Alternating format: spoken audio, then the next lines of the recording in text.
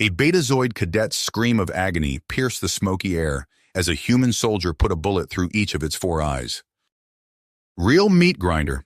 Stinks like burning hair and guts," growled Carl Foster, his voice gravelly through the sim helmet as the cadets inhabited the grizzled veteran's memory of the Battle of Kepler 22b.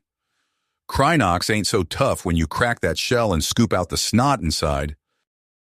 They watched through human eyes as soldiers in MX-7 Silverback power armor laid waste to the swarming insectoids with gouts of plasma fire and arcs of lightning from thunder lances.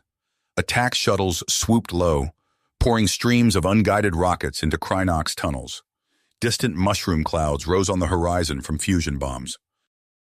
What he hadn't told them was that they'd be experiencing the memories of the human expeditionary force, the unpredictable wildcards, the species the Galactic Alliance had declared to be incompatible with civilized warfare and banned from the stars. Now immersed in the savage fighting, the cadets were beginning to understand why. The ruthless ferocity and suicidal bravery of the human soldiers was unlike anything in their own martial history.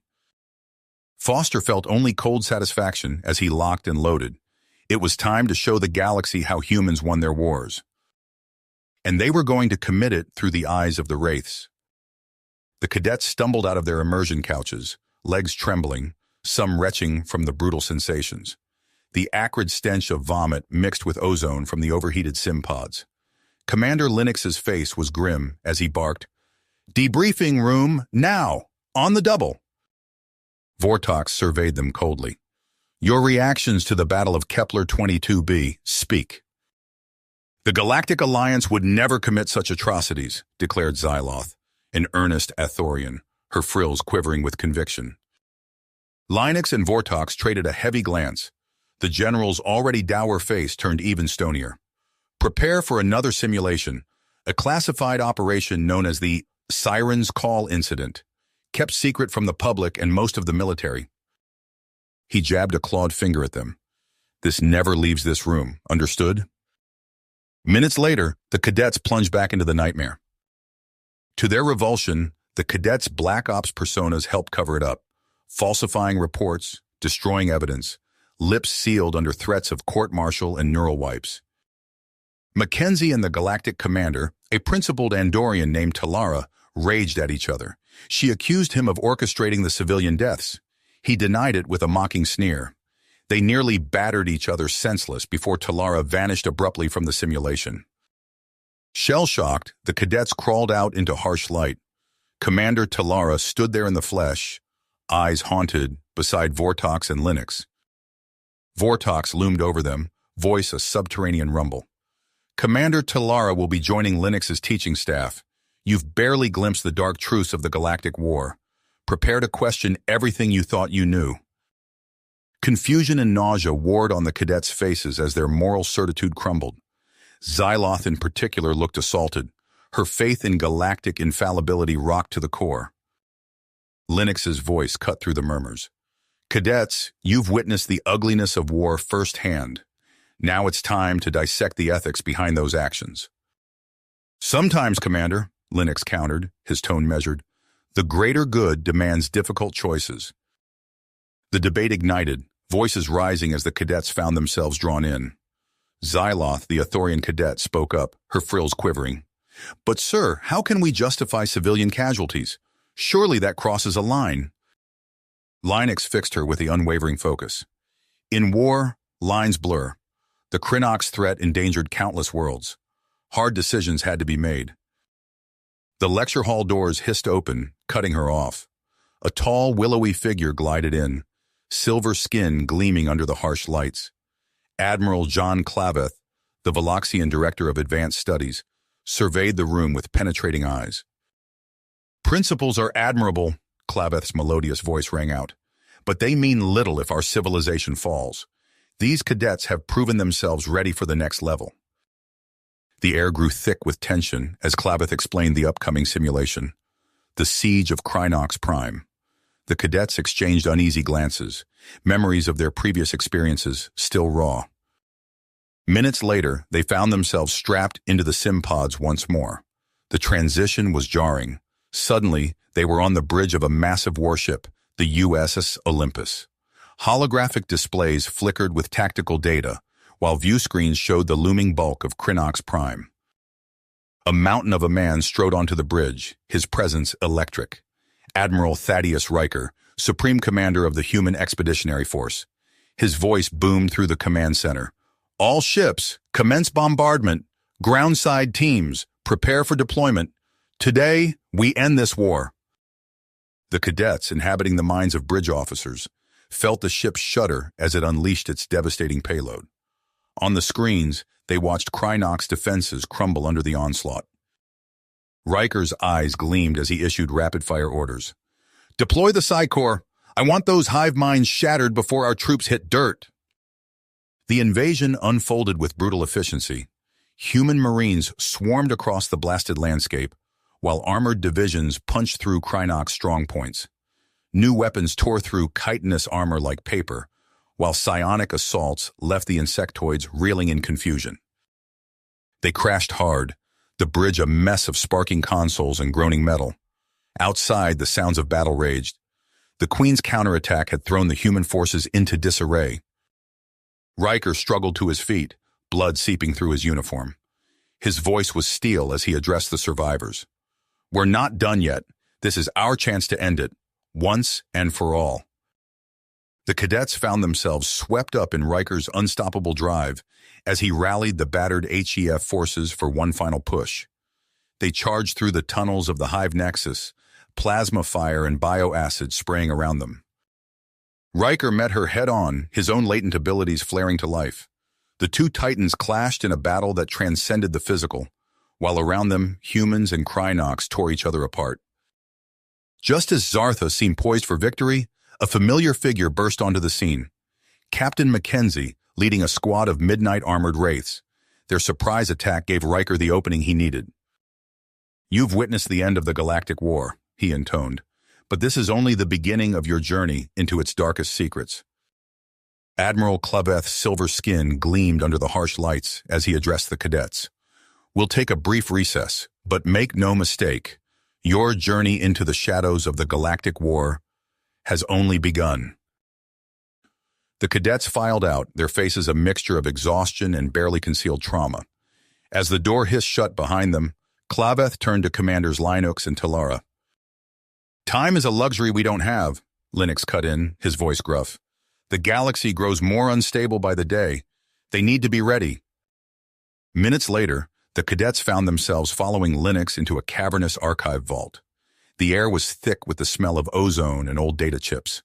Holographic displays flickered to life, bathing them in an eerie blue glow. Your task, Linux explained, is to piece together the wider context of humanity's banishment. Every file here is declassified, but that doesn't mean it isn't dangerous. Xyloth's frills quivered as she activated a nearby console. A hologram materialized, a shrewd-looking Gadrillion in ornate robes. Chairman Romdor, the file stated, architect of the human removal movement. More holograms sprang to life around them. Grand Admiral Yarrick's tentacles writhing as he delivered an impassioned speech advocating for human reintegration. Grainy footage of Al-Sakra orthodoxy bombings, their human perpetrators screaming about vengeance. The other cadets crowded around, watching in horror as Captain Mackenzie, the same one from their simulations, viciously interrogated captured Al-Sakra cultists. The footage ended with a spray of blood as Mackenzie executed them without hesitation. As they delved deeper, the lines between right and wrong blurred beyond recognition. They uncovered evidence of false flag operations, clandestine arms deals, and political machinations that made their heads spin. Xyloth stumbled away from her console, looking pale. How can we trust anything anymore? She asked, her voice cracking. If even our own leaders would stoop to such... Because we must, Linux interrupted. His eyes were hard but not unkind. The galaxy isn't built on absolutes, cadet. It's built on the choices we make in impossible situations. Your next simulation, Claveth announced, his silver eyes gleaming, will take you to the heart of humanity's downfall. Prepare yourselves for the Siren's Forge Tribunal. At the center of it all stood Captain Alistair Mackenzie, his face a mask of defiance. Gone was the larger-than-life war hero from their previous simulations. This Mackenzie appeared haggard, his eyes burning with scarcely controlled fury. Admiral Yarrick's tentacles writhed as he took the stand. "Make no mistake," he intoned, "Captain Mackenzie's actions turned the tide of the war, but at what cost to our principles?" Evidence flooded the displays surrounding the chamber. Footage of the Siren's Call massacre, transcripts detailing the brutal Al-Sakra orthodoxy purges. With each revelation, the cadets felt their avatars' horror and disgust mounting. A heated debate erupted among the council members. "Humanity saved us all," argued a Centaurian representative. "We cannot cast them aside." Xyloth, inhabiting the mind of a stoic Tarkasian counselor, found herself torn. The strategic value of humanity's military might was undeniable, but the atrocities committed in its name. The chamber's hollow displays flickered to life, projecting a swirling vortex of thoughts and emotions. The cadets recoiled as Mackenzie's unfiltered psyche assaulted their senses. Gleeful sadism intertwined with cold, calculating strategy. The destruction of Krynox civilians registered as nothing more than favorable statistics. Mackenzie surged to his feet, his voice a thunderous roar. "You simpering cowards! I did what was necessary. The Krynox were an existential threat, and your precious rules of engagement nearly doomed us all." The chamber grew tense as the tribunal members cast their decisions. Foster, linked to a wavering Oculon counselor, felt the weight of an entire civilization's fate resting upon his choice. Mackenzie's face contorted with rage as the verdict was announced. "You've damned yourselves," he snarled as security drones moved to restrain him. "Humanity will ascend with or without your sanction, and when the next threat comes, you'll beg us to save you." "You have witnessed a pivotal moment in galactic history," he said softly. "But do not think this is the end.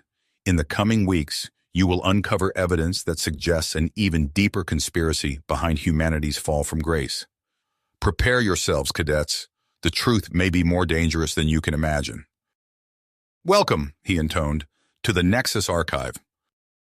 The cadets stepped into a cavernous room, humming with servers and holographic interfaces.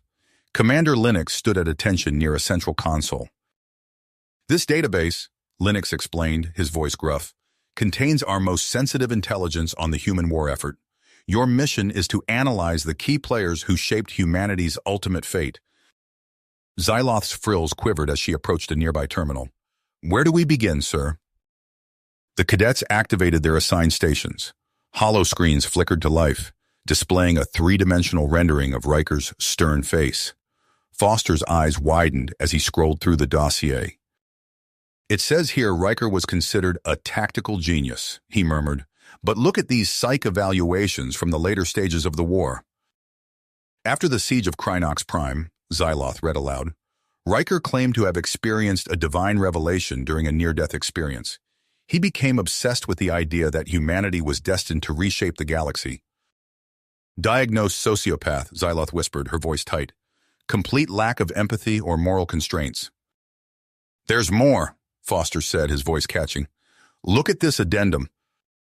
The cadets crowded around his terminal, reading in stunned silence about Mackenzie's role as leader of the Psionic Overwatch, a Black Ops unit with carte blanche to exploit humanity's growing psychic abilities against the Krynox. As they delved deeper, the horrors mounted. They uncovered chilling details of the Fusian genocide, where rogue human operatives slaughtered an entire Krynox colony. The cadets listened in nauseated silence to the confession of a young Wraith operative named Carl Foster, detailing atrocities committed to test psionic potentials. Xyloth stumbled away from her console, looking pale. "How could our own leadership sanction this?" she demanded, turning to Clavith and Linux. "These Wraiths were nothing more than state-sponsored terrorists." "That's no excuse," Xyloth shot back, her frills flaring in agitation. Admiral Clavith stepped forward, his silver skin seeming to absorb the harsh light of the archive. "Now you begin to grasp the true complexity of humanity's fall," he said softly. "But make no mistake, we've only scratched the surface. The coming days will challenge everything you thought you knew about the war and about yourselves." The cadets exchanged uneasy glances. the weight of their newfound knowledge settling heavily upon them. As they prepared to delve back into the archives, each wondered just how deep this rabbit hole of galactic secrets would take them, and what nightmares they might find lurking in the depths. Admiral Claveth's silver eyes swept over the cadets, his expression unreadable. "You've barely scratched the surface of humanity's fall," he said. "Now you'll experience the true depths of their transformation." Foster swallowed hard as he climbed into one of the pods. The interior was eerily warm, pulsing with an otherworldly energy. As the hatch sealed shut, he felt a sharp pinch at the base of his skull. The world dissolved into a kaleidoscope of fractured images and sensations. Foster gasped as his consciousness merged with that of his namesake, the young Wraith operative whose confession had haunted him earlier. He was strapped to a cold metal table, blinding lights searing his retinas. Masked figures loomed over him, their voices distorted and inhuman. Searing pain erupted in Foster's skull as nanomachines burrowed into his brain. He screamed, but no sound escaped his lips. Instead, a surge of raw psychic energy pulsed through the room, shattering equipment and sending the scientists scrambling for cover. "Remarkable," a new voice purred. A robed figure stepped into view, its face hidden beneath an ornate hood. "You see, the human mind is the ultimate weapon. We need only unlock its potential." The scene shifted. Foster found himself in a dimly lit chamber, surrounded by other gaunt, hollow-eyed recruits. They chanted in an eldritch tongue, their voices building to a fevered crescendo as arcane symbols blazed on the walls around them. "Cast aside your humanity," the robed overseer intoned. "Embrace the void within." Foster felt something fundamental within him crack and splinter. Morality, empathy, the very essence of his being. All of it crumbled away, leaving only a raw, pulsing core of psychic might. The chanting reached a fever pitch. Foster's body convulsed as waves of impossible power surged through him. He raised a trembling hand, willing the laws of reality to bend to his whim. A fellow recruit screamed, clutching his head as Foster's untamed abilities lashed out. Blood streamed from the man's eyes and ears, as his mind was literally torn apart by the psychic assault. He raised his hands, channeling the inferno raging within his mind. The air rippled and distorted as a wave of pure telekinetic force slammed into the Krynox lines. Exoskeletons crumpled like paper, alien viscera painting the ground in garish hues. As the last Krynox fell, the robed overseer appeared on the blood-soaked field. It raised a gnarled hand, pressing cool fingers against Foster's temples. "You've served your purpose well," it whispered. "Now sleep until the day your true mission begins." With a violent lurch, Foster found himself back in the neural pod, gasping for air. The hatch hissed open, revealing the grim face of Commander Linux looming over him. But Foster saw him with new eyes now, the weathered features, the haunted gaze that had seen millennia of horrors. "You," Foster whispered. "You're me." Linux, Carl Foster, nodded slowly. "Now you understand," he growled, his voice thick with centuries of pain and rage. "What they made us, what they did to humanity. What happens when a weapon designed to win a long-dead war finally awakens?" "Awakens?" The other cadets stumbled from their neural pods, faces pale and drawn. Xyloth retched violently, overwhelmed by the psychic backlash of the shared memories. What are you?" Foster managed, his palms sweating.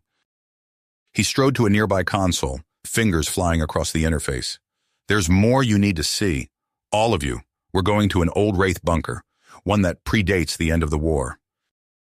The journey passed in a haze of confusion and dread. Foster found himself staring at his older self, trying to reconcile the grizzled commander with the broken, hollow-eyed recruit he'd experienced in the neural link.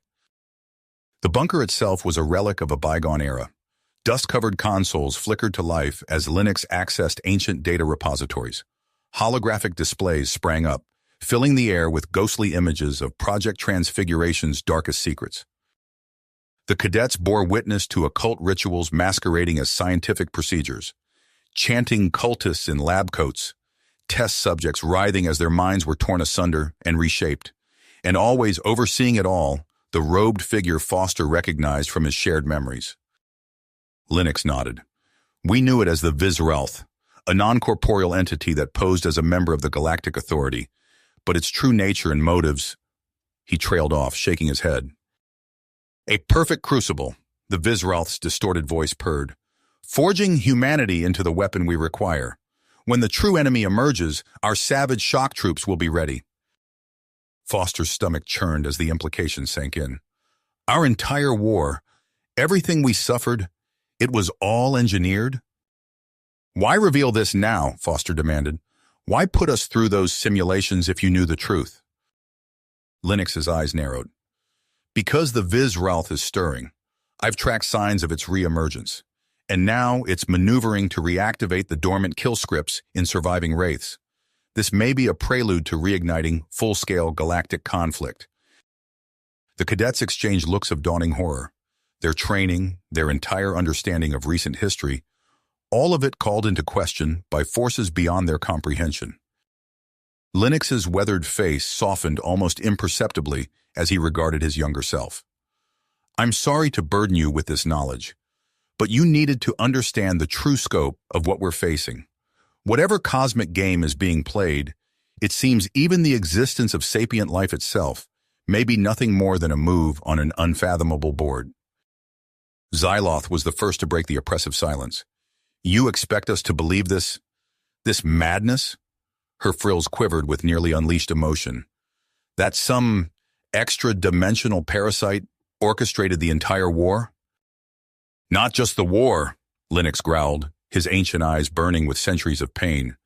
The Vizralth has been manipulating galactic events for far longer than any of us realized. He strode to a dusty console, fingers flying across the interface. A holographic display flickered to life, showing a writhing, amorphous mass of tentacles and impossible geometries. Foster felt bile rise in his throat as he stared at the abomination. But why? He managed. What could it possibly gain? The cadets listened in growing horror as Lennox laid out the full scope of the Vizralth's machinations, how it had wormed its way into the highest echelons of galactic power, how the Krynox War had been engineered as a crucible to forge humanity into psychic weapons. And Project Transfiguration? Xyloth asked, her voice barely above a whisper. Now it seeks to reactivate those agents, terrorist cells to destabilize galactic civilization from within. We have to warn the Galactic Council, one of the cadets exclaimed. Debate erupted among the cadets. Some advocated immediate action through official channels. Others, hardened by their recent revelations, favored a more clandestine approach. Amidst the chaos, Foster noticed Claveth slipping away. The silver-skinned admiral conferred quietly with commanders Talara and Vortox in a shadowy alcove. Their expressions were grim as they huddled together, no doubt grappling with the weight of this cosmic threat. There you will undergo intensive psi-battle training under Foster's tutelage, Claveth explained. You must hone your abilities if we are to have any hope of combating the corrupted wraiths and their psychic powers. As the cadets filed out to prepare for their departure, Xyloth hung back. She fixed Foster with an intense look, her frills flaring with drive. Before we go any further, she hissed, I need the truth. All of it. What was your role in the atrocities? How much blood is on your hands? Foster's gaze hardened, a spark of the old wraith fire igniting within. Because I've spent centuries preparing for this moment. The Vizralth must be stopped, at any expense. And I intend to see that mission through, or die trying. Xyloth's frills quivered with tension as she regarded Foster. After a long moment, she nodded curtly. I'll cooperate, for now. Within hours, Admiral Claveth had the cadets and Foster aboard a stealth prowler, ostensibly for an advanced training exercise. As they slipped into hyperspace, Foster addressed the assembled group in the ship's briefing room. We're headed to the Crow system, he explained, calling up a holographic star chart. It's uncharted, off-official navigation routes. Perfect cover for what we need to do. The cadets exchanged uneasy glances as Foster outlined their training regimen. Xyloth's eyes widened as he described awakening latent psionic abilities. Telepathy, Psychokinesis? She hissed. You're talking about weaponizing our minds. Foster's gaze hardened. It's the only way to combat the Wraith's corrupted powers. We need every advantage we can get. Focus, Foster growled as Xyloth strained to maintain a psionic shield. Your mind is the ultimate weapon. Master it. As they neared the Crow system, Foster received an encrypted transmission. His eyes narrowed as he decrypted the message. Change of plans, he announced. We've got actionable intel on a Wraith safehouse. Crow 5, a barren moon. We're going in. Hours later, Foster led a small strike force across Crow 5's desolate surface. Xyloth's breath came in ragged gasps inside her enviromask as they approached a nondescript rock formation. By the void, Commander Talara breathed as they entered. This is no safe house. It's a fortress. Gods, he spat. These logs, they detail how they broke us, shattered our minds and reshaped them for atrocities. Incoming, she shouted, moments before the chamber erupted in chaos. A strike squad of wraiths materialized, their eyes blazing with psychic fury. The air crackled with psionic energy as the two groups clashed. Xyloth found herself locked in mental combat with a snarling wraith. She erected hasty psionic barriers as the enemy hammered her mind with waves of hateful imagery. Nearby, Foster grappled with two assailants, his centuries of experience barely keeping him ahead of their assault. Just as it seemed the team would be overwhelmed, a new presence entered the fray. A piercing cry echoed through the chamber, and a blinding pulse of psionic energy sent the wraiths reeling. Xyloth gaped at the newcomer, an aged female Krynox, her eyes glowing with hardly restrained power. With the powerful psychic's aid, the tide of battle turned. The Wraith strike team was subdued, but victory was short-lived. An earth-shaking rumble reverberated through the complex.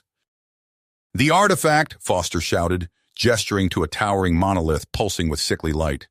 It's a beacon. We need to move now. As they raced to evacuate with the stasis pods, Xyloth caught glimpses of horror. Legions of Wraith cultists poured from hidden chambers, their eyes vacant and murderous. The psionic beacon's call had awakened them all. The team barely made it to their extraction point as the entire moon seemed to come alive with corrupted Wraith activity. As their ship rocketed away from Crow 5, Xyloth stared at the mysterious Krynox, Zilka, who had saved them all. The stealth prowler erupted from hyperspace, its hull still radiating heat from the hasty escape. Inside, Foster's team worked feverishly to secure the captured Wraith cryopods as they entered the swirling, purple-hued expanse of the Kaizen Nebula.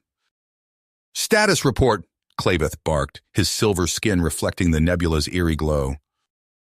Talara's fingers danced across a holodisplay. "Wraith life signs stable. No pursuit detected. We're clear for now, Admiral." Foster's weathered face hardened.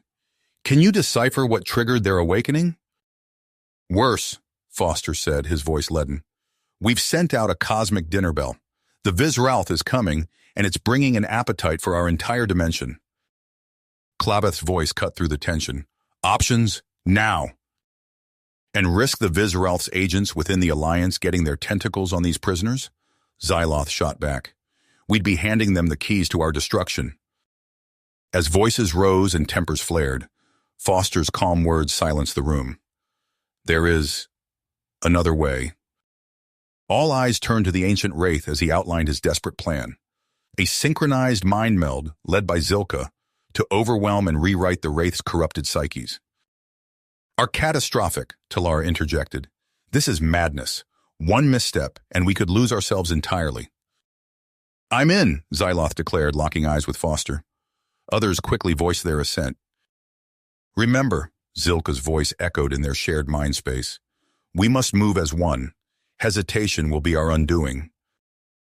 They plunged into the twisted labyrinth of Wraith consciousness. Corridors of memory warped and buckled. Screams of long-dead worlds echoed through halls of impossible angles. And always, always, the siren song of the Vizralth pulled at them, promising oblivion. Just as Xyloth felt her mind beginning to fray, a new presence erupted into their shared reality. An immense, writhing mass of tentacles and void-black eyes tore through the fabric of their unified consciousness. Xyloth's last coherent thought before the eldritch maelstrom engulfed them was a silent prayer to whatever cosmic forces might be listening. They had gambled everything on this desperate ploy. Now, the fate of entire galaxies hung in the balance of their fragile mental union. The Vizralth's arrival shattered the fragile equilibrium of their unified consciousness. Xyloth's sense of self fractured, her essence scattering like stardust across the vast expanse of their shared mindscape. The entity's presence was overwhelming, a writhing mass of cosmic horror that defied comprehension. "Hold fast," Zilka's voice resonated through the Gestalt, a beacon of stability in the maelstrom.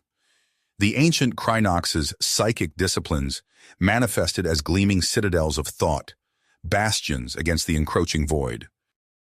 But even Zilka's formidable defenses buckled under the Vizralth's assault. Hairline fractures appeared in the mental fortifications, allowing tendrils of cosmic madness to seep through. Xyloth recoiled as visions of shattered realities flooded her mind, entire universes collapsing into entropic ruin. "We can't hold it back," Talara's essence pulsed with desperation. "It's too strong." The implications hit Xyloth like a plasma burst. Merging with the corrupted wraith psyches could destroy them as surely as the Vizralth.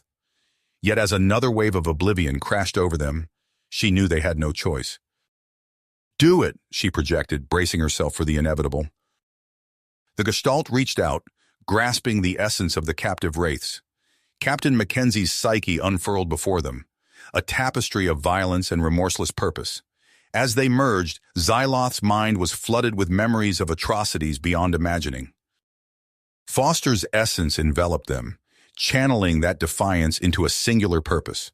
The Gestalt coalesced, no longer a fragile alliance but a unified entity of breathtaking power. They turned as one to face the Vizralth. Xyloth felt herself becoming something more than she had ever been. Her consciousness expanded, encompassing perspectives both alien and familiar. She was Xyloth, but she was also Foster, Zilka, her fellow cadets, and even the wraiths themselves. With newfound clarity, she perceived the insidious neural programming that bound the wraiths to the Vizralth. One by one, they severed those connections, each broken link sending ripples of agony through the cosmic entity. The Vizralth thrashed in defiance, but its grip on reality was slipping. With a final, reality-shaking shriek, it was cast back into the void from whence it came. Her eyes snapped open, adjusting to the harsh light of the neural induction chamber. Around her, her fellow cadets were stirring, each bearing the same look of profound transformation. "We've won a battle," Foster said, his weathered face etched with grim grit. "But the war is just the beginning." As if to punctuate his words, alarms began blaring throughout the ship. Claveth's voice crackled over the intercom, urgent and strained. "Multiple contacts emerging from hyperspace. Unknown configuration. But they're putting out energy signatures unlike anything I've ever seen." Now it was time to put that transformation to the test.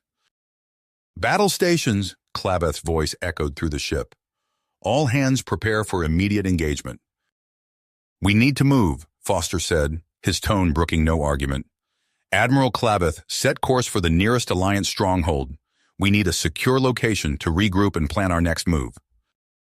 As the Prowler's engines roared to life, Xyloth felt a surge of raw power coursing through her veins. The cosmic revelations she had witnessed during the meld still echoed in her mind, fragments of knowledge beyond mortal comprehension. Admiral Claveth led them to a secure briefing room, his silver skin reflecting the harsh overhead lights. "We're operating under the highest level of secrecy," he explained. "The Goliath has been commandeered under special orders to minimize the risk of infiltration." Foster nodded grimly. "Good. We can't afford any leaks, not with what's at stake."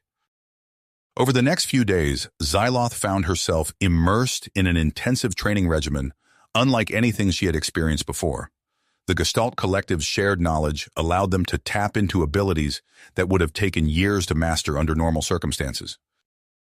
In one of the Goliath's cavernous training bays, Xyloth focused her mind, channeling the raw psychic energy that now coursed through her. A shimmering force field sprang into existence around her, deflecting a barrage of energy blasts from hovering training drones. The training intensified, pushing their newfound abilities to the limit. Xyloth felt her consciousness expanding, touching the minds of her fellow cadets in a network of shared thought and purpose.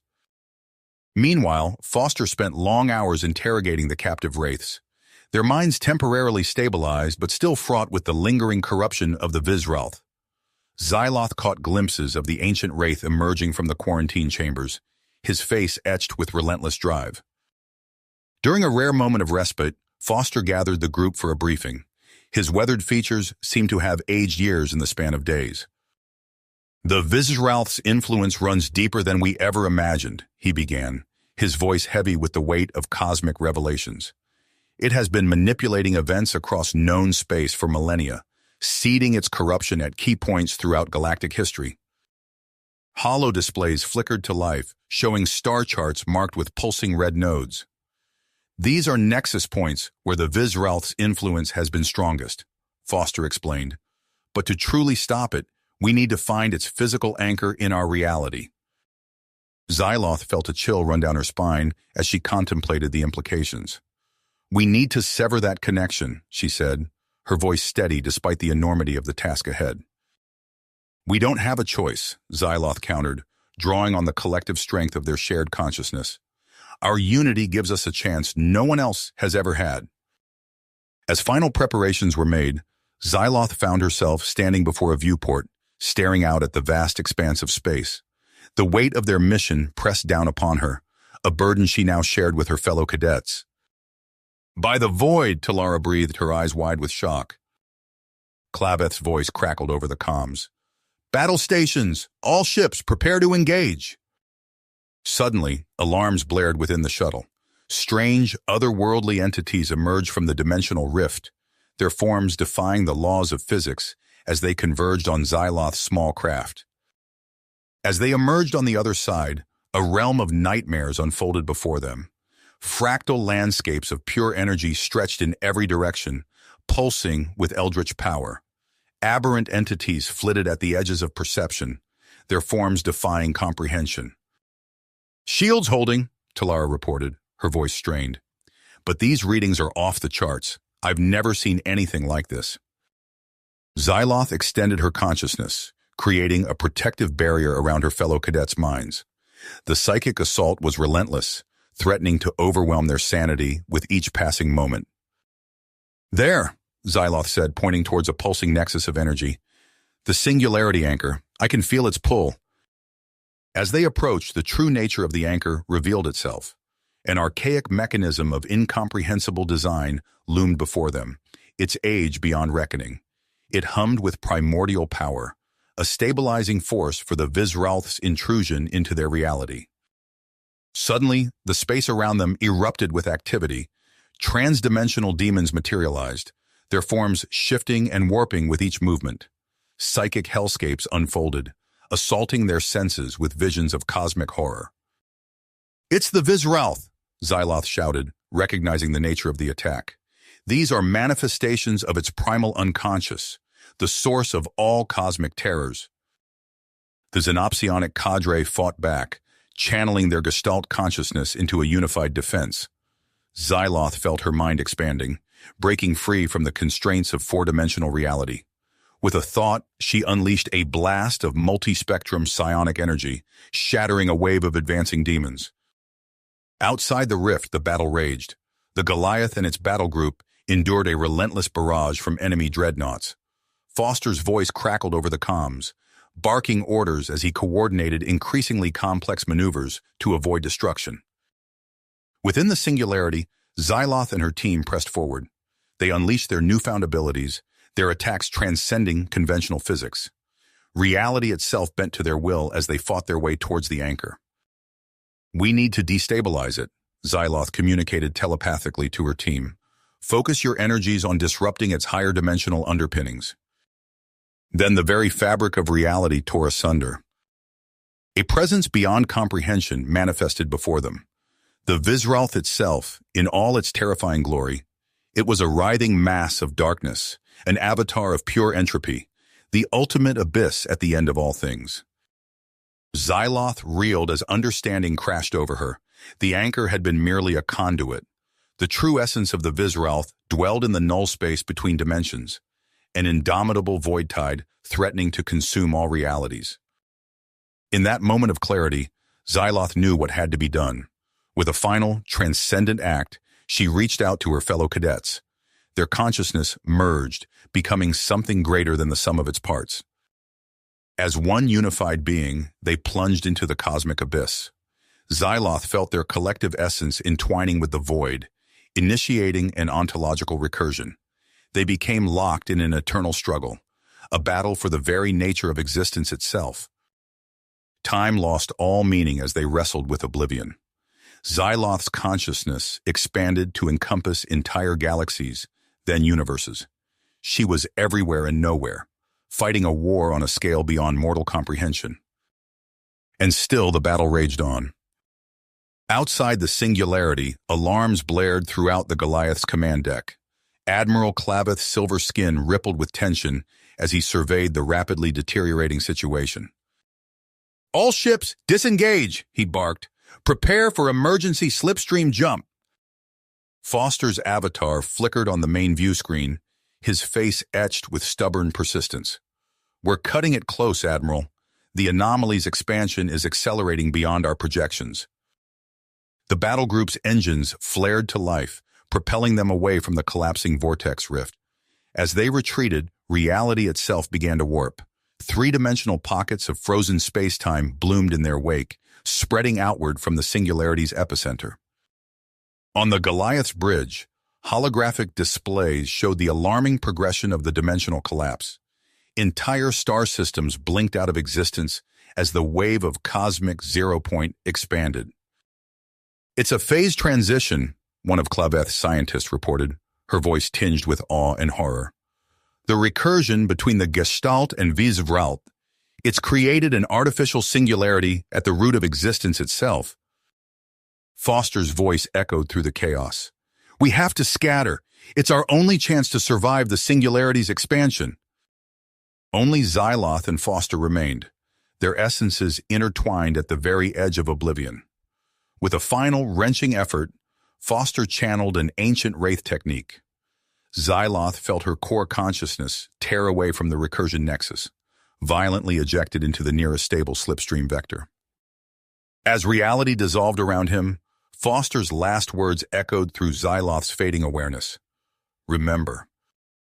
Xyloth hurtled through the slipstream, her fragmented psyche compressing to its most primal state. The vastness of the universe rushed past her discorporate form as she traversed incomprehensible distances. When she finally emerged, Xyloth found herself adrift in an unknown region of space, light years from the Corva system. Her once transcendent mind, now unmoored from the Gestalt symbiosis, struggled to maintain coherence. Instinctively, Xyloth's essence began to coalesce. She entered a state of quasi-stasis, her cosmic consciousness turning inward. As stars wheeled slowly overhead, Xyloth's fragmented self began the arduous process of reconstitution, seeking to rebuild her higher identity from the scattered remnants of her psyche. The process was slow, measured not in years but in geological epochs. Xyloth's alien humanoid matrices merged with the world's psychoactive geosphere, seeding new transcendent pathways. With each cycle of cosmic compression and release, her xenopsionic archetype distilled further, evolving into something both familiar and utterly new. As these enigmatic forms shifted and coalesced, Xyloth became aware of a growing threat. Across the vast tapestry of space-time, she sensed the stirring of an ancient, terrible presence. The Visralth was rematerializing, its entropic hunger undiminished by the eons that had passed. On one such world, Xyloth's resonance penetrated deep into the biosphere of a seemingly primitive humanoid civilization. As her influence suffused the planet's morphogenic fields, it awakened a long-dormant psionic potential. In a remote valley, a young woman named Elawan stood atop a cliff, her form shimmering with an inner light. As she raised her hands, the air around her crackled with psychic energy. Slowly, impossibly, a boulder larger than a house began to rise from the ground. "It's happening," Elawan whispered, her voice carrying an echo of something far vaster than herself. We are becoming more. As Xyloth observed these changes through her dispersed consciousness, she felt a surge of hope. The seeds she had planted were beginning to bear fruit. But even as new allies emerged, the looming threat of the Vize-Ralth grew ever closer. Callan, a young Gorvak male, stood at the edge of his village, his metallic, bioluminescent markings pulsing with an otherworldly energy. His eyes, once a deep brown, now shimmered with an iridescent light that seemed to peer into realms beyond mortal comprehension. "It's happening again," he whispered, his voice carrying an echo of something vast and ancient. Callan nodded, his form shimmering as if not quite solid. "I can feel it, Elder. The change. It's overwhelming." As he spoke, his body began to transform. Flesh and bone gave way to pure energy, his physical form dissolving into a matrix of light and raw conceptual power.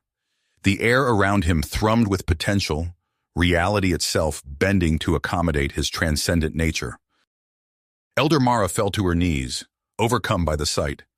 Other Gorvak gathered, their eyes wide with wonder and trepidation. They could sense the profound shift taking place, an awakening of something beyond their comprehension. The Gorvak elders, guided by intuitions planted deep within their psyches, began to chant. Their voices rose in harmony, weaving a tapestry of sound that resonated with Callan's metamorphic matrix. One by one, the villagers joined in, their consciousnesses merging with Callan's transcendent form. As the ritual reached its crescendo, a blinding light engulfed the village. When it faded, the Gorvak were gone. In their place stood a singular entity, a living, breathing hyper-construct that pulsed with the combined essence of the entire tribe. In the depths of space, alarms blared aboard the flagship of the Pyrkal fleet. Admiral Vexthor, his face a mask of disgust, stared at the holographic display showing the Gorvak world. "Abomination," he spat. "Launch the assault. No trace of this cosmic perversion can be allowed to exist." With a thought, metaphysical shock wards sprang into existence across the planet's surface. The very concepts of protection and resilience manifested as impenetrable barriers, deflecting the Pyrkal's initial barrage. The strange light device activated, unleashing a cascading wave of anti-informational entropy. Reality itself seemed to warp and twist as the blast approached the hyperconstruct. For a moment it appeared as if the Pyrkal had succeeded. The outer shell of the hyperconstruct began to dissolve, its intricate patterns of energy and thought unraveling under the onslaught of cosmic entropy. As the cosmic dust settled, Admiral Vexthor leaned forward, searching for any sign of the anomaly they had sought to destroy. But where the Gorvak village had once stood, there was now only an empty plain and a sense of something vast and incomprehensible just beyond the edge of perception. Unbeknownst to the Pyrkal, the Gorvak hyperconstruct had transcended once more. No longer bound by physical form or even the constraints of a single dimension, it now existed as a transdimensional ideation seed matrix, radiating potentiative reality vectors across the cosmos. As the xenogestalt stabilized, Foster turned his attention to a pulsing node of quantum uncertainty. "Initiate probability mapping," he intoned. "We need to find her." "There," Foster's avatar pointed, "Xyloth's resonance matrix. It's the key to our full reconstitution." A sleek biomechanical construct detached from the emulator's outer shell, a transvector searcher primed for interdimensional retrieval. It phased out of conventional space-time, hurtling towards the human world where the Gorvak's transcendence had occurred. The searcher materialized on a windswept plain, its sensors immediately detecting Xyloth's latent energy signature. But before it could initiate extraction, space itself seemed to warp and tear. Figures in obsidian armor emerged from the dimensional rift, their weapons crackling with anti-psionic energy. "Purge the abomination!" their leader roared, his voice distorted by fanatical hatred. With a final surge of power, the transvector unit breached the Purger's lines. It enveloped Xyloth's matrix in a cocoon of protective energy, initiating the uplink sequence back to the emulator chamber. As the extraction completed, alarms blared throughout the hyperspatial construct. Foster's avatar frowned, his eyes narrowing as he analyzed the incoming data. Corruption detected, he announced, his voice grim. Entropic logos, the Visralth's work. The Xenopsian's essence began to unravel, sacrificing cohesion to outmaneuver the viral thoughtware. Reality itself seemed to fracture as the emulator achieved a higher brain-world manifold. In this state of pure potentiality, Foster's avatar guided the reconstruction of Xyloth's core essence. Quantum threads wove an inviolable shell around her identitive matrix, shielding it from the Logom's nihilistic assault. As Xyloth's resonance stabilized, the Xenopsion began the delicate process of reincorporation. The hypermind expanded, assimilating her unique perspective into its vast continuum of consciousness. But the victory came at a cost. The emulator's quantum reserves were nearly depleted, its systems struggling to maintain coherence. Foster's avatar flickered, his form becoming translucent as he turned to address the newly integrated Xyloth. The emulator chamber's quantum reserves flickered, its hyperspatial architecture trembling on the brink of collapse. Foster's avatar, now barely more than a gossamer outline, turned to the newly integrated Xyloth. "There's only one option left," he said, his voice a fading whisper. "We must tap into the Gorvak hyperconstruct." With a thought, Foster initiated the phase-synchronous uplink. The emulator's remaining energy coalesced into a bridge of pure potential, stretching across dimensional boundaries to envelop the Gorvak world. On the planet's surface, Kalen's consciousness rippled with alarm. The intrusion registered as a foreign presence, a metaphysical virus threatening to corrupt the collective's transcendent state. Kalen's thoughts reverberated through the Gorvak hyperconstruct. "Defend! Purge the intruder!" "Now," he commanded, his form beginning to disintegrate. In a final desperate maneuver, Foster diverted the emulator's dying reserves. Xyloth's partially reconstituted matrix shot through the substream tunnel, a metaphysical projectile hurtling towards Kalen's hyperspatial manifold. For a moment, time seemed to stretch. Xyloth's essence hung suspended between realities, a mote of infinite complexity adrift in the cosmic void. Then impact. Xyloth's resonance matrix materialized within Kalen's transcendent consciousness. The young Gorvak's awareness expanded, probing this new anomaly with tendrils of pure thought. Kalen's hyperbrain architecture destabilized, his unified consciousness fracturing under the strain of conflicting paradigms. On one side, the zenith of actualized sentience, a perfect crystalline understanding of existence. On the other, the irresistible pull of potentiative pregeometry, the raw chaotic potential of unformed reality. In the depths of space, on countless worlds primed for psychogenic evolution, something stirred. Reality itself seemed to shudder, ripples of quantum pressure radiating outward from the Gorvak planet. As new transcendent uprisings erupted across the cosmos, the Xenopsion emulator detected an inexorable change propagating through the universal metastructure. It was as if existence itself was awakening, a new paradigm of hyper-existence hardwiring itself into the source code of reality. Foster turned to the remnants of his team, his form solidifying as fresh energy poured into the emulator. "We've succeeded," he said, "but at what cost?" In the silence that followed, a single question hung unspoken. What would this new, awakened universe become? On the Archelian homeworld, the air crackled with psionic energy. The ruling council, caught in the throes of forced apotheosis, writhed as their physical forms dissolved into swirling vortexes of conceptual order.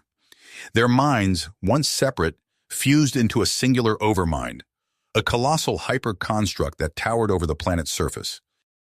Kalen's essence, still intertwined with the Gorvak collective, pulsed with alarm. Resonance siphons deployed, straining to absorb the torrential outpouring of metamorphic energy. But for every system stabilized, a dozen more collapsed into transcendent chaos. "The containment matrices can't hold," Xyloth's voice echoed through the collective consciousness. "We're losing cohesion across all sectors." Foster's avatar flickered, his form wavering as he processed the flood of incoming data. This isn't a natural phenomenon, he realized, horror dawning in his eyes. It's engineered. The Visiralth, they've triggered an ontological cascade collapse. Across the galaxy, civilizations screamed as they sublimed into higher states of being. Physical matter transmuted into pure concept, planets dissolving into clouds of sentient possibility. The very foundations of reality crumbled, existence itself regressing towards primal entropy. The emulator hummed, its systems reconfiguring for the final, daring plan. As reality continued to fracture around them, Foster's essence reached out across the dimensional divide, seeking union with the Gorvac hyperconstruct.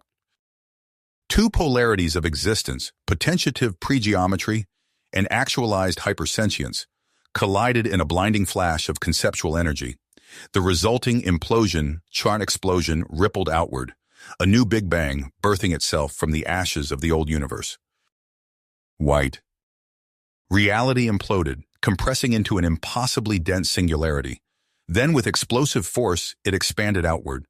A new universe blossomed into being, its fundamental laws rewritten by the fusion of contradictory paradigms. Then, on a pivotal world hanging in the void between stars, the two divergent paths converged. Post-human biomechanoids, their forms sleek and iridescent, made contact with envoys of the Hypermind Collective. As the two races interfaced, a surge of energy coursed through the planet's core. The ground trembled, and the sky itself seemed to ripple with newfound potential. From this union, a new species emerged, the Shinjilran. They stood tall, their bodies a perfect fusion of organic grace and technological precision. Eyes swirling with galaxies gazed upon the cosmos with newfound purpose. A Shinjilran elder raised her hand, fingers splayed. Reality bent around her will, and a shimmering portal tore open in the fabric of space. Through it, countless worlds could be glimpsed, each one a canvas awaiting the touch of this new, hybrid consciousness. The universe trembled on the cusp of a new era, its future shaped by the union of human persistence and alien transcendence. As the Shinjilran prepared to take their first steps into this reborn cosmos, the echoes of Foster and Kalen's sacrifice reverberated through the quantum foam, a testament to the power of unity in the face of cosmic forces. "We stand at the threshold of a new era," she intoned, her voice resonating with multidimensional harmonics. "It is time to fulfill our destiny." In that instant, reality itself shuddered. Across newly formed galaxies, sentient species felt a sudden shift in their perception. On a verdant world circling a binary star, a reptilian philosopher paused mid-lecture, scales dripping with newfound awareness. In the heart of a gaseous nebula, a collective of energy beings pulsed with excitement as fresh avenues of thought unfurled before them. On the primordial world where Foster's essence had taken root, the psionic mutants felt the change most acutely. Cities of impossible geometry hummed with newfound energy as their inhabitants tapped into reservoirs of power previously beyond comprehension. Zaya, a young biomechanoid researcher, stood before a holographic display, her metallic ridges pulsing with excitement. "The hypermetric readings are off the charts," she announced to her team. "We're detecting phase transitions in subspace that shouldn't be possible." Her mentor, an elder named Vex, nodded sagely. "It's as if the cosmos itself is guiding our evolution. We stand on the precipice of something truly extraordinary. Our roots touch the very foundations of reality," one ancient trunk rumbled. "We feel the stirrings of a grand design, set in motion eons ago." Another tree mind swayed, its leaves shimmering with bioluminescent patterns. "Yes, and we are but one thread in this cosmic tapestry. There are others out there, kindred spirits waiting to be found." As if in answer to this proclamation, a prototype hypermetric drive roared to life in the skies above the psionic mutants' homeworld. The sleek vessel, a triumph of biomechanical engineering, pulsed with energy as it prepared for its maiden voyage. With a surge of power, the ship vanished, leaving behind only a fading ripple in the fabric of space. Days later, in a star system on the far edge of the known cosmos, the vessel re-emerged. Before them loomed a planet unlike any they had encountered, a world dominated by colossal trees that dwarfed mountains, their branches reaching into the upper atmosphere. As the ship entered orbit, a telepathic signal washed over the crew. Images of welcome and curiosity flooded their minds, accompanied by a sense of profound recognition. Lyra smiled, her eyes swirling with newfound purpose. "Open a channel," she commanded. "It's time for introductions." And so began the epoch of mutual exchange between the humanoid mutants and the arboreal aliens. Their meeting, guided by the subtle influence of the Shinjilran, marked the first steps towards a new galactic order, one that would come to be known as the Xenarath. In the depths of space, countless worlds stirred with awakening potential, their inhabitants unknowingly taking their first steps on the path to transcendence. The universe, reborn and reshaped, pulsed with the promise of a future beyond imagination. The Xenarath's grand vision of cosmic unity faltered as reality itself began to fray. On Zirfran, the jewel of the Celestiad's metaphysical empire, alarms blared through crystalline spires that pierced the iridescent sky. On a distant outpost world, researcher Kalen felt the first tremors of the approaching storm. The air around him shimmered, reality itself seeming to waver like a mirage. His colleagues screamed as their bodies dissolved into quantum foam, leaving behind only echoes of what might have been. Kylan's mind raced, searching for a solution. He reached out with his consciousness, tapping into the vast network of the Celestiad's hypermind. But even as he did so, he felt alien thoughts invading his psyche, insidious whispers of nullification that threatened to unravel his very being. Back on Zirfran, the Council enacted desperate measures. Metaphysical quarantine fields sprang into existence, shimmering barriers meant to contain the spread of unreality. But these too began to fail, hijacked by the very force they were meant to repel. "We've traced the source," announced Vex, his biomechanical form pulsing with urgency. A dead universe, somehow reanimated. It's become a breeding ground for the Vizralth contagion. As if in response to this revelation, the chamber was suddenly filled with shadows that moved of their own accord. Counselors clutched their heads in agony as alien concepts invaded their minds, threatening to overwrite their identities with pure oblivion. In a nearby system, Captain Lyra watched helplessly as her crew succumbed to the sepulchral withering. One by one, they transformed into untenacitied quantum states, their consciousness scattered to the cosmic winds. On Xyrfran, the Council seized upon this phenomenon. They hurriedly devised a plan, a last bold strategy to save what remained of existence. Drawing upon the combined power of their transcendent minds, they began to weave a new pattern into the fabric of reality itself. "We must seed the multiverse," declared Alara, her voice resonating with cosmic authority. "Create infinite variations, each with the potential to overcome this threat." As the Council worked, reality around them began to fracture. The once unified cosmos splintered into countless shards, each containing a unique permutation of existence. The price of their gambit became clear.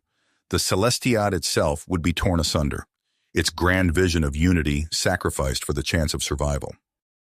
Alara, her form now pulsing with newfound power, stood before a vast holographic display. Equations of mind-bending complexity swirled around her, each symbol pregnant with universe-altering potential. "Initiate the geometric rewrites," she commanded, her voice resonating with Foster's inherited authority. Across the fragmenting cosmos, a Xyloth resonance found its way to the Synthron, the Celestiad's martial vanguard. Captain Lyra, her body now augmented with biomechanical enhancements, strode across the bridge of her flagship. "Deploy the Skyne forges," she ordered, her eyes gleaming with alien intelligence. Massive cannons unfolded from the ship's hull, each one a quasi-living entity pulsing with chronovectic energy. As they fired, space itself warped and twisted. New subdimensions blossomed in the wake of their ordnance, creating refugees beyond the Vizralth's reach. Simultaneously, on countless primordial worlds, Xyloth's fragmented consciousness worked with subtle precision. It whispered to the evolving humanoid mutants and world trees, planting seeds of anti-logic in their collective psyche. On one such world, a young mutant named Ethan paused in his meditation. A strange thought had surfaced in his mind, a concept so alien it made his head spin. Unbeknownst to him, this errant idea was a time bomb, primed to trigger reality-canceling effects upon his species' eventual ascension. In the heart of this probability nexus, where all possible futures converged, a pulse of unimaginable power built. The last vestiges of the human and alien progenitor's consciousness coalesced, preparing for one final act of creation through destruction. The Omega Pulse detonated. In a newly birthed universe, on a planet circling a young star, the first primitive cells began to form. Deep within their molecular structure, encoded in the very fabric of their being, lay the seeds of a grand design, a cosmic inoculation against the forces of oblivion. In the halls of a vast space station orbiting a galactic core, a gathering of minds beyond comprehension convened. Their forms defied easy categorization, blending organic and technological elements in ways that boggled the imagination. One being, its body a swirling vortex of energy and matter, addressed the assembly. "We stand at the threshold of a new era," it intoned, its voice resonating across multiple dimensions. "The barriers between realms grow thin. It is time to take our first steps into the realms of higher sentience." As if in response, the very fabric of reality shimmered around them. New avenues of thought and existence unfurled before their hybrid minds, beckoning them towards unexplored frontiers of consciousness and being. "There," she said, her voice resonating with harmonics beyond human hearing, "a quantum anomaly in Sector 7 Alpha 9. It's, pulsing." Her team of hybrid researchers gathered around, their forms blending organic and technological elements in ways that defied easy categorization. They watched as Zira manipulated the hologram, zooming in on a seemingly empty region of space. "It's a remnant," whispered Xylex, his crystalline body vibrating with excitement. "A vestigial artifact of the primordial Visralth oblivion." The team worked tirelessly, probing the anomaly with increasingly sophisticated instruments. As they delved deeper, they uncovered layer upon layer of metaphysical inscriptions, corrupted logons that seemed to writhe and twist in defiance of observation. Without warning, alarms blared throughout the facility. The holographic display erupted into chaos, showing cascading waves of instability rippling outward from the anomaly. "It's a trap!" Zira shouted, her form flickering as reality itself began to waver. "The inscriptions, they're kill scripts left by the Visralth." The decompression cascade spread rapidly, destabilizing the quantum understructure of their universe. Entire galaxies began to flicker in and out of existence as the fabric of reality unraveled. In response, the Caloran mobilized on a scale beyond imagination. Cosmic engineering megaprojects, some the size of galactic superclusters, whirred to life. At their core, biomechanical demiurges took shape. Artificial subminds reverse-engineered from the fossilized archetypes of humanity's grit and alien cosmic insight.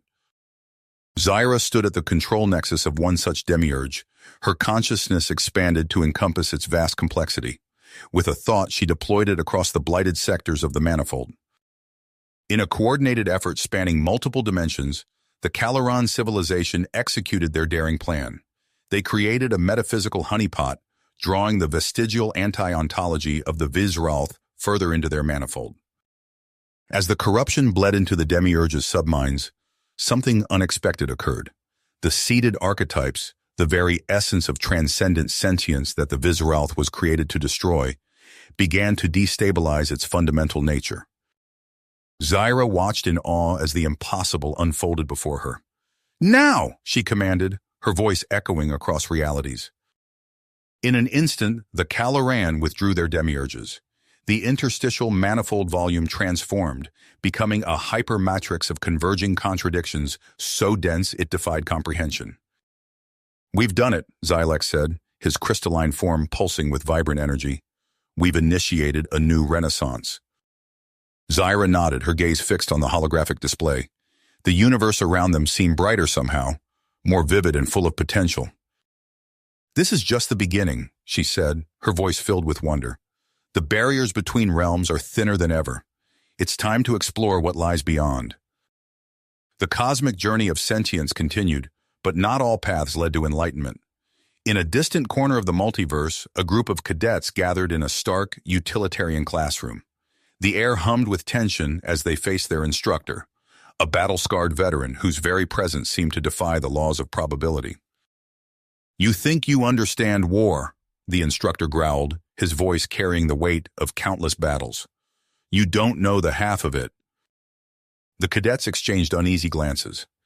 They had come to learn about humanity's role in the great galactic conflicts, but nothing had prepared them for this. "I'm the last one left," the instructor continued, his eyes distant. "The only survivor of the human special ops team that turned the tide of the war. And today, you're going to learn the truth." He activated a holographic display showing a sprawling alien metropolis. "This was our target, the nerve center of the enemy's war machine. Our mission, total disruption by any means necessary." The image zoomed in, revealing bustling streets and soaring structures.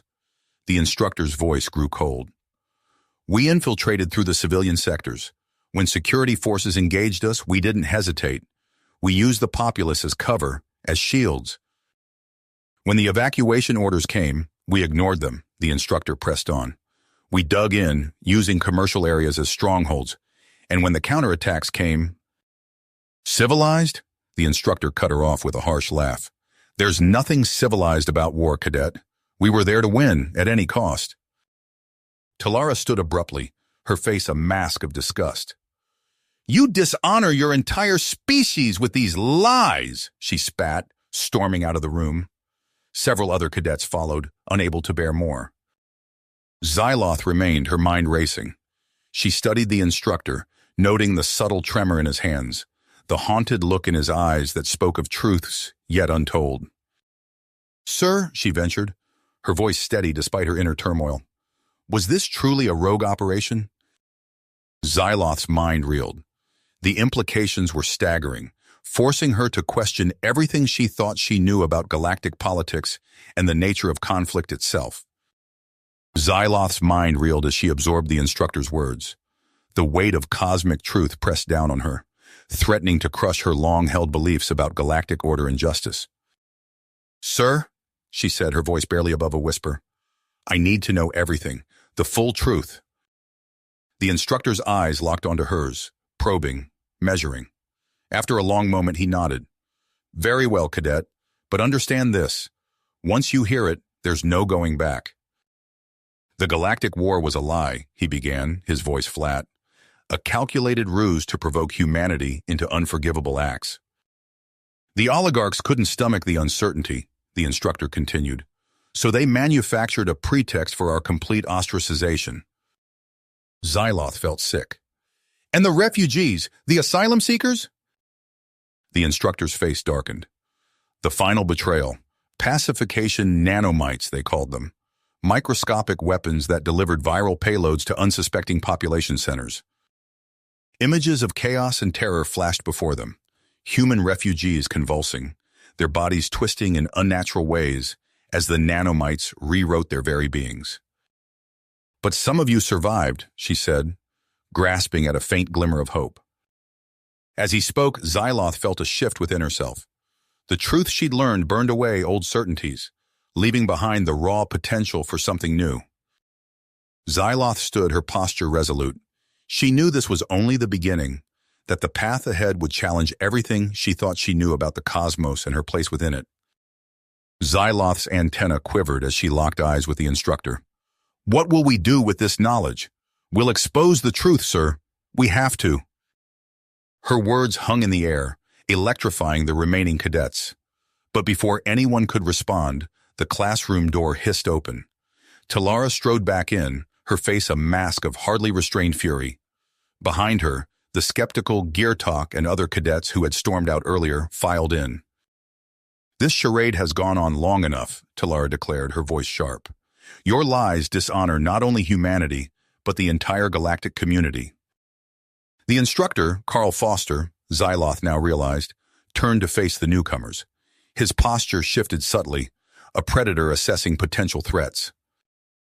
"The Galactic War?" Foster continued. "A meticulously engineered deception. The leadership's fear of humanity's potential drove them to unthinkable lengths. They created tailored neuromimetic codices," Foster explained, his voice growing hoarse. "Psychoactive templates refined into bioweapons. My team, we were infected during that final mission." Talara's eyes narrowed. If what you say is true, you're complicit in these atrocities. You should be detained and tried under martial code. She moved with startling speed, reaching for Foster's arm, but the human was faster. In a blur of motion, he disarmed Talara, revealing gleaming, bionic augmentations beneath his uniform. The classroom dissolved around them, replaced by vivid reconstructions of Earth's final days. Cities burned. Refugees screamed as nanomites tore through their bodies. And at the center of it all, Foster and his team, their minds twisted by alien influence, committing unspeakable acts. As the simulations faded, Xyloth saw her fellow cadets reeling. Some wept openly, others stood frozen in shock. But in that moment of collective trauma, she felt the stirrings of a new understanding, one that would shake the very foundations of galactic order. Order. The classroom dissolved, replaced by a cascading torrent of data and visceral imagery. Xyloth's senses reeled as Foster's simulation engulfed them, thrusting the cadets into the dying days of Earth. Cities burned across holographic landscapes. Xyloth watched in horror as nanomite swarms swept through crowds, turning refugees into writhing masses of flesh. The air filled with screams as humanity tore itself apart, infected by engineered xenophobia. The simulation shifted, revealing vast swathes of Earth's surface turning barren and lifeless. Oceans boiled, forests withered, and the sky darkened with toxic clouds. Billions perished as ecosystems collapsed in rapid succession. Gyertok chittered in disbelief. Impossible. The Galactic Council would never sanction— They did more than sanction it, Foster interrupted. They orchestrated our extinction. The scene changed abruptly. Now they stood in sterile corridors of an alien facility. Foster's team moved with predatory grace, their eyes filled with cold fury. We struck back, Foster explained. Black Ops teams hit Xenocommand assets across the galaxy. This was our target, the Prionoid Indoctrination Zenith on Choreograph 7.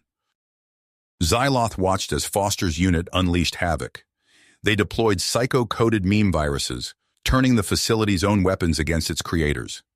Xenocommand specialists convulsed, their minds overwritten by the very protocols they designed to destroy humanity.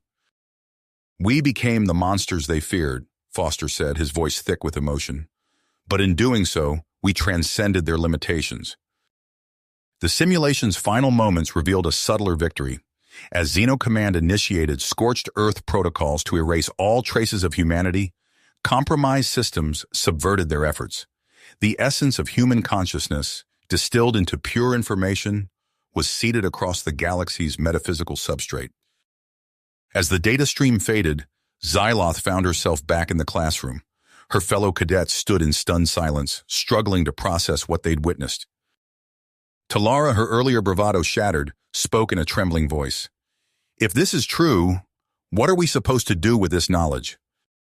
Foster's gaze locked onto the cadets, his eyes burning with the weight of unfathomable truths. Without a word, he turned, revealing the alien device fused to his spine, a grotesque marriage of flesh and xenotech. The air crackled with psychic energy as Foster activated the uplink. Reality itself seemed to bend and warp around them.